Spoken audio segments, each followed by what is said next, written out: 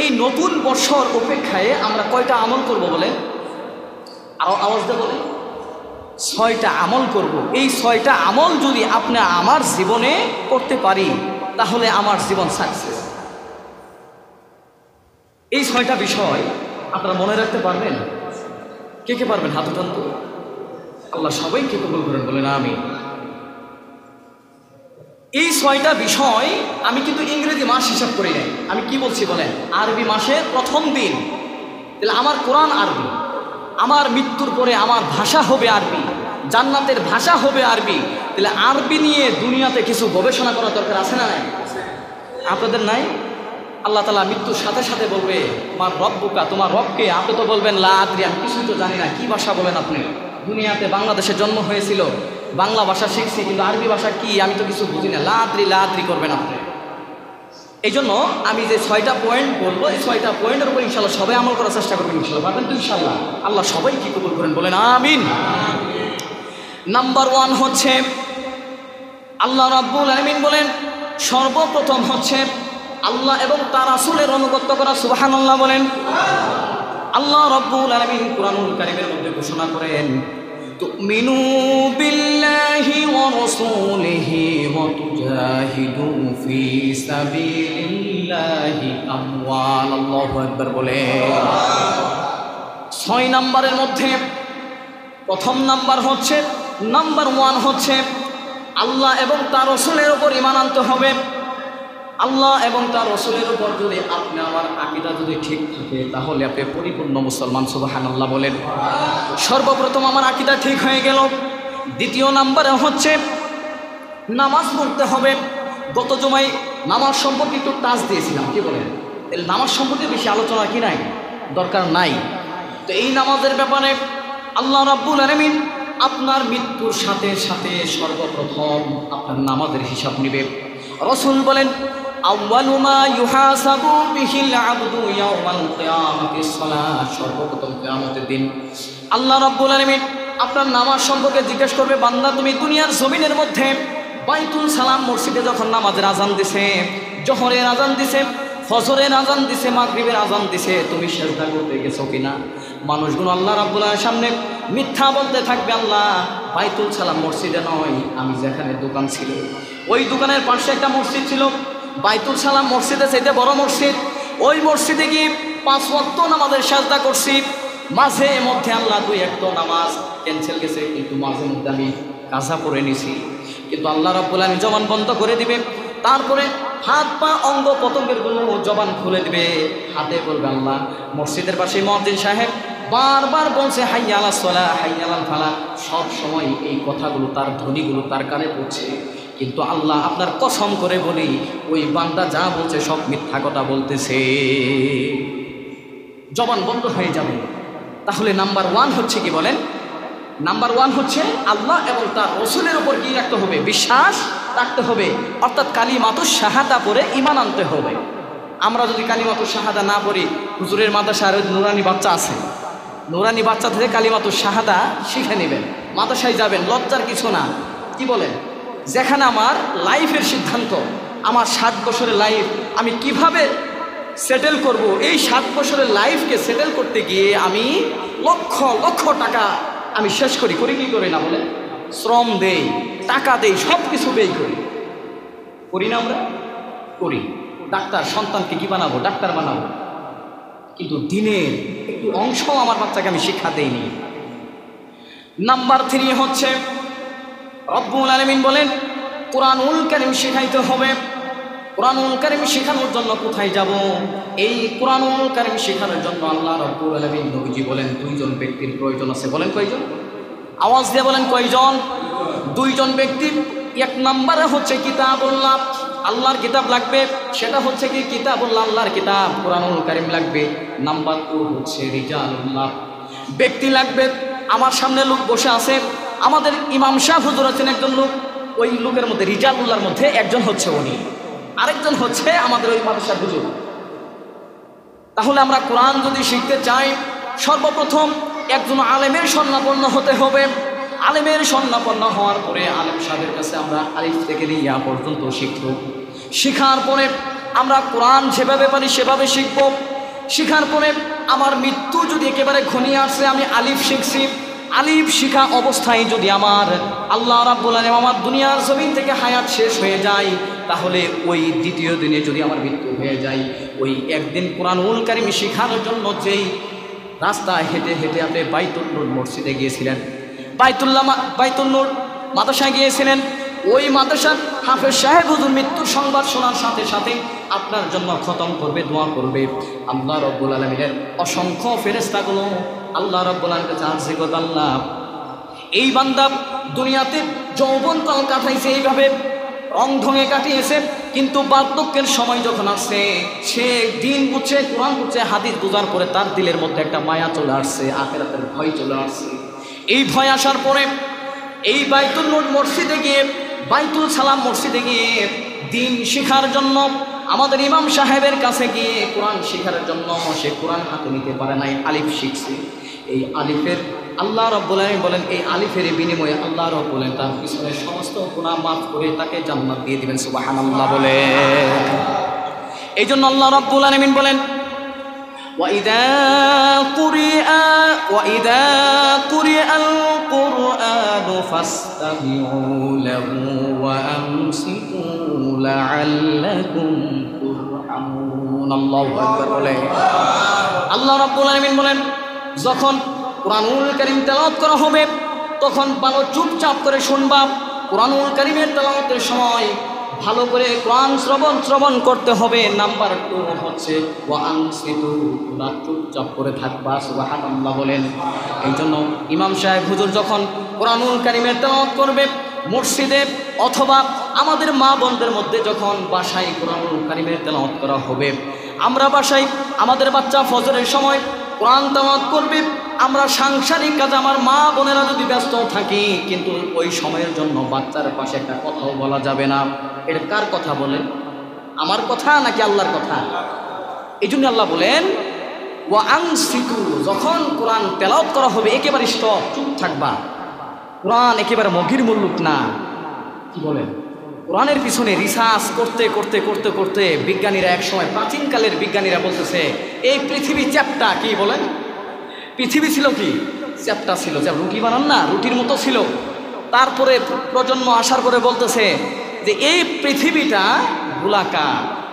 তাহলে বিজ্ঞানীদের রিসার্চ যুগ পরিবর্তনের সাথে সাথে তাদের রিসার্চও কি হয়ে যায়? পরিবর্তন হয়ে যায়। কিন্তু আল্লাহর যে বিধান সেটা 1400 বছর আগ থেকে আদৌ পর্যন্ত কোরআন শরীফের একটা ব্যাখ্যা কেউ ভুল ধরতে পারে নাই। ঠিক না বেঠিক জোরে বলে? এই কোরআনের ব্যাখ্যা কেউ ভুল ধরতে পারে নাই। এই জন্য কোরআন শেখার দরকার আছে না নাই? এই জন্য এক আল্লাহর বান্দা, বৃদ্ধ মানুষ, ভাতিজার নামে কেস মামলা হয়েছে, কিন্তু বৃদ্ধ চাচা কেস সম্পর্কে অনেক বুঝে, বুঝছেন, কিন্তু পড়তে পারে না। কি করে না? পড়তে পারে। ধরেন চাচার নামেই মামলা, মনে করেন চাচার নামেই মামলা, কিন্তু চাচা সাহেব কি করতে পারে না? পড়তে পারে না। চাচা রাত্রেবেলা নোটিশ আসছে সুপ্রিম কোর্ট থেকে, সাধারণ কোনো কোর্ট না, একেবারে বড় কোর্ট থেকে বাসায় নোটিশ আসছে। তারপরে উকিল সাহেব আগামী 19 তারিখে দেখা করতে বলছেন। চাচার কাঁপুনি উঠে পড়ছে, কারণ কেস সম্পর্কে, মামলা সম্পর্কে সে কি আছে? অবগত আছে।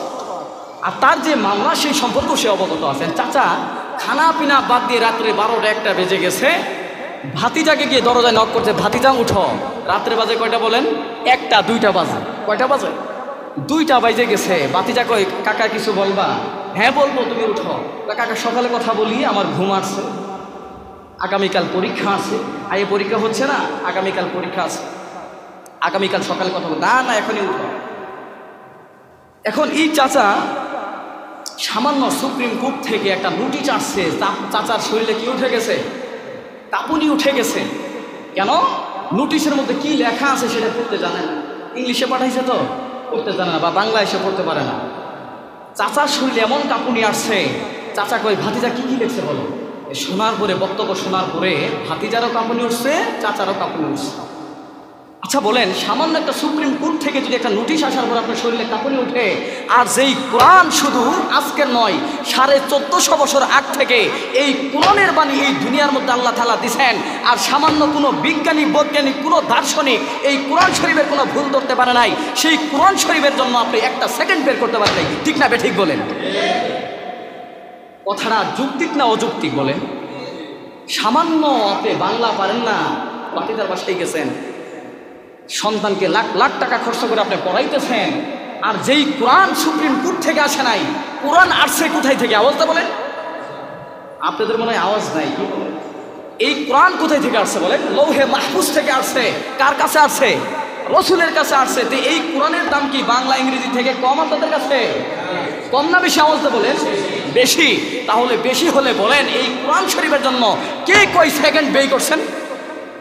বলতে পারবেন? দিলে হাত লাগায় বলতে পারবেন, হুজুর আমি 1 মাস আমাদের ইমাম সাহেব হুজুরের কাছে গিয়ে দৌড়দৌড়ি করছি, কিন্তু ইমাম সাহেব আমাদের এই কোরআনের সবক শিখতে যাব, ইমাম সাহেব আমাকে দেখে দরজা বন্ধ করে বাড়িতে চলে গেলে বউ বাচ্চাদের সময় দিছে। বলতে পারবেন কেউ? এরকম আছে? গজব আমার উপর নাজিল হবে না কোন দেশের উপর নাজিল হবে বলেন? সুপ্রিম কোর্ট থেকে একটা নোটিশ আসলে আপনার শরীরে কাঁপুনি উঠে যায়, কিন্তু এই নোটিশ কোরআনের নোটিশ দিছে কে বলেন? কোরআনের নোটিশ দিছে কে? আওয়াজ বলেন। একটু সাক্ষী থাকেন, জীবনে তো কিছুই করতে পারলাম না, অন্তত আওয়াজ দিয়ে হলেও একটু সাক্ষীর খাতায় নাম লেখেন, কি বলেন? এই কোরআন আসছে কোথায় থেকে? আসমান থেকে আসছে। কার উপর আসছে? নবীজির উপরে আসছে। তাহলে এই কোরআন শরীফের দাম কম না বেশি? তাহলে কোরআন শরীফ আজকে মুহররমের 1 তারিখ, বছরের শুরু, এই বছরের শুরু থেকে ওয়াদা দেন যে হুজুর আজকে থেকে ইনশাল্লাহ ইমাম সাহেবকে 1000 টাকা না, যদি 2000 টাকাও চাই, ইমাম সাহেব তো চাবে না, তারপরও ইমাম সাহেবের কাছে আমরা শিখবো। কে কে রাজি আছেন? হাত উঠে দেখেন। যারা কোরআন পড়তে জানেন না, আরবি একটা হরফ পড়বেন, আল্লাহ সবাইকে কবুল করেন, বলেন আমিন। একটা হরফ পড়বেন, আলিফ বা, এই অবস্থায় আপনার মৃত্যু, আপনার জান্নাত। তাহলে নাম্বার 3 গেল। সময় আছে? কত বাজে? 14 বাজে গেছে, তাই না? আচ্ছা, তাহলে নাম্বার 3 হচ্ছে কি করতে হবে? কোরআন শিখতে হবে। তো ইমাম সাহেবের কাছে কি কোরআন শিখবেন? আমি আগামী জমাতে এসে শুনবো যে হুজুর যেন আমাকে বলে, হুজুর মিনিমাম 10 জন মুরব্বী ইনশাল্লাহ আমার কাছে আয় পড়তেছে, ইমাম সাহেবের মুট করে বেশি করে দিবেন, পারবেন না ইনশাল্লাহ? ওই এক হুজুর আছে, হুজুরের মহল্লায় যায়, যারা এখানে ব্যাচ বেশি হয়ে গেলে হুজুরের মাদ্রাসায় যায় সময় দিবেন, আসরের পরে সময় আছে না, ওখানে যায় সময় দিবেন। একটা হরফ শিখেন, লজ্জার কোনো কথা না, একটা হরফ শিখবেন। এই হরফের বিনিময়ে আল্লাহ দিবে কি বলে? জান্নাত দেবে। আপনি 60 বছরের জন্য এত কিছু ত্যাগ করেন, আর আপনি যেই জায়গাতে আপনার অনন্তকাল আপনার থাকতে হবে, কি সর্বনিম্ন পাইবেন কি বলে? জান্নাত পাইবেন। 10টা দুনিয়া, এই দুনিয়া আছে 10টা দুনিয়া, এই সামান্য দুনিয়া বাংলাদেশের মধ্যে কোটি কোটি ভাগ, কত মারামারি ধাক্কা থাকে একটু জমির জন্য, কি বলেন? জান্নাতে গেলে একটা হরফ করে আপনি পাইলেন জান্নাত। জান্নাত যাওয়ার পরে আমি যদি জাহান্নামে যাই, ওই একটা হরফের বিনিময়ে আমার টেনে হেসড়ে নিয়ে যাবেন, আল্লাহ কবুল করুন, বলেন আমিন। একটা হরফের বিনিময়ে জান্নাতে কে যেতে চান? যারা আরবি পারেন না ইনশাল্লাহ আজকে থেকেই পড়বেন, নাকি 2-1 দিন সময় নেবেন বলেন তো দেখি? আজকে জোহরের নামাজ তো শেষ, আসরের সময় যেগুলো মুসল্লি থাকবে হুজুরের সাথে পরামর্শ করবেন, করার পরে যে হুজুর কখন পড়লে ভালো হয়, পারবেন তো ইনশাল্লাহ? বা এখানে আমার কোনো স্বার্থ আছে বলেন? আচ্ছা, আল্লাহ কবুল করে, বলেন আমিন। তাহলে দ্বিতীয় নাম্বার, এর 4র্থ নাম্বার হচ্ছে হালাল রুজি। হালাল কি করতে হবে? রুজি কামাই করতে হবে। সর্বপ্রথম হিসাব হবে নামাজ। দ্বিতীয় নম্বর হিসাব হচ্ছে কি বলেন? আপনার শরীরে এ রক্ত বানাইছেন কি দিয়ে? হারাম টাকা দিয়ে না হালাল টাকা দিয়ে? যদি হারাম টাকা হয়ে থাকে অবস্থা খারাপ, আর হারাম টাকা যদি আপনার শরীরে থাকে, রক্ত হয়, ওই টাকা দিয়ে দোয়া অসংখ্যবার করলেও কি হবে না? আচ্ছা বলেন, আপনারা বলেন, একটা মাসআলা তো সবার জানা আছে, সফর অবস্থায় মুসাফিরদের দোয়া তো মনে হয় কবুল হয় না? হয়, দোয়া কবুল হয়। আপনি দলিল কই থেকে দিলেন? খালি বললেন হয়। মুসাফিরদের দোয়া কবুল হয়? আওয়াজটা বলেন, কবুল হয়। হয় কেন? মুসাফিরদেরকে আল্লাহ বেশি পছন্দ করে, রোজাও আল্লাহ মাফ করে দিচ্ছে, ওই দিন না রাখলে পরের দিন যায় রাখবে। সুবহানাল্লাহ, জোরে বলেন। তাহলে মুসাফিরদের কদর কম না বেশি? কদর কম না বেশি?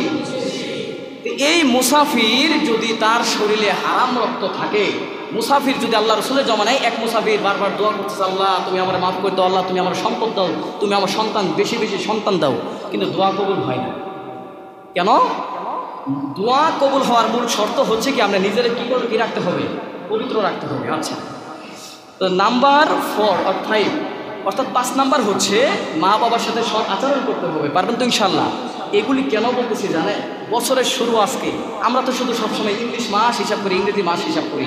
আজকে মহরমের বছরের প্রথম দিন, এই দিন থেকে আপনারা এই নসিহাগুলো মেনে চলবেন। আর নাম্বার 6 হচ্ছে রসুলের যে সুন্নাহ আছে, এই সুন্নাহর উপরে কি রাখতে হবে? আওয়াজটা বলেন, কি রাখতে হবে? আমল করতে হবে। অর্থাৎ সাহাবায়ে কেরাম, মান আহাব্বা সুন্নতি ফাকাদ আহাব্বানি ওয়া মান আহাব্বানি কানা মাই ফিল জান্নাহ। সুবহানাল্লাহ, জুড়ে বলেন। একটা সুন্নতের উপর যে আমল করতে পারবে ওই ব্যক্তি, রসুল বলছেন, সে জান্নাতি। সুবহানাল্লাহ বলেন। একটা সুন্নত, কয়টা সুন্নত? সময় তো শেষ। একটা সুন্নতের বিনিময়ে কি করছেন? একটা জান্নাত পাইছেন। এই জন্য রসুলের জমানায় অসংখ্য সাহাবি, একজন সাহাবি যুদ্ধের ময়দানে গেছে, মিশরে যুদ্ধের জন্য গেছে। যাওয়ার পরে 1 মাস গেটের সামনে বসে আছে, কিন্তু মিশরবাসীরা গেট খুলে না।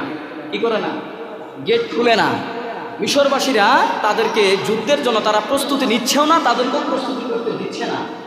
তো ওমর রাদিয়াল্লাহু তাআলার জামানায় তো ওমরকে চিঠি পাঠাইছেন, খলিফাতুল মুসলিমিন, 1 মাস হলো অবস্থান করতেছি, কিন্তু কই তারা তো আমাদের সাথে যুদ্ধের ব্যাপারে কোনো কথাই বলতেছে না। দিন কতটা গেছে বলেন? 1 মাস অতিক্রম হয়ে গেছে, কিন্তু যুদ্ধের কোনো কথাবার্তাই হচ্ছে না। তখন তারা পেরেশানিতে পড়ে গেল। তখন খলিফা রাদিয়াল্লাহু আনহু তিনি চিঠি পাঠাইছেন, তোমাদের মধ্যে আমার মনে হয় তোমাদের মধ্যে কোনো একটা সুন্নতের ব্যাঘাত করছে। কি করছে? একটা সুন্নত মনে হয় বেশি বেশি মিস্টেক হইতেছে, আগে করছো এখন করো না। তখন তারা গবেষণা করতে করতে একজন সাহাবী দাঁড়িয়ে বলছে, একজন সাহাবী দাঁড়িয়ে বলতেছে,